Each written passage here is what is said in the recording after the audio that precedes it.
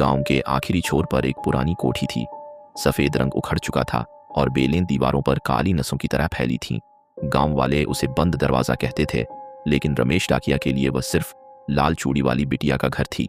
पिछले 3 महीने से रोज सुबह ठीक 10 बजे रमेश वहां एक पंजीकृत डाक रखता। उसे दरवाजा खटखटाने की जरूरत नहीं पड़ती थी।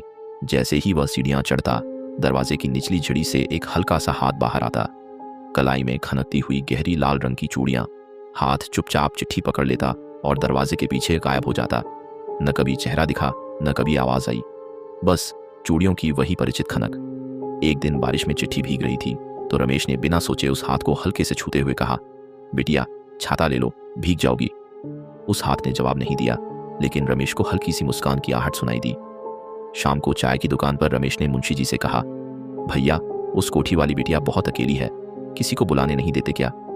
मुंशी जी का चेहरा सफेद पड़ गया। कौन सी बिटिया रमेश? वो कोठी तो 20 साल से बंद पड़ी है, बाहर से ताला लगा है, अंदर जाने का रास्ता ही नहीं। रमेश ने हंसते हुए कहा, अरे वही लाल चूड़ी वाली जो रोज सरकारी डाक लेती है। मुंशी जी का गिलास हाथ से छूटकर गिर गया। उन्होंने डरते हुए बताया, रमेश उस घर में लाल चूड़ी वाली एक लड़की रहती थी, लेकिन उसकी शादी के दिन ही, दुल्हन बनने से पहले ही वो मर गई थी। कहते हैं वो अपनी डाक का इंतजार करती है। लेकिन अरे तुम्हें चिट्ठी कौन दे रहा है? तुम तो लेकर आते हो ना। और वो तो अनपढ़ थी, वो चिट्ठी पढ़ती कैसे होगी? रमेश का दिल जोर से धड़का। अगली सुबह वह डरते डरते कोठी पर गया। हाथ कांप रहे थे। आज चिट्ठी नहीं थी, बस रजिस्ट्री की रसीद थी। हिम्मत करके वह दरवाजे के पास झुका और झिड़ी से अंदर झांका। वह दृश्य देखकर उसकी चीख निकल गई। अंदर अंधेरे में फर्श से करीब 1.5 फीट ऊपर हवा में सिर्फ एक हाथ लटक रहा था, बस एक कलाई जिसमें लाल चूड़ियां थीं। न शरीर था, न चेहरा। वह हाथ उसकी तरफ बढ़ा मानो कह रहा हो, दे दो मेरी चिट्ठी। रमेश ने कांपते हाथों से रसीद उस हाथ की तरफ बढ़ाई, लेकिन आज वह हाथ चिट्ठी लेने के बाद भी पीछे नहीं हुआ।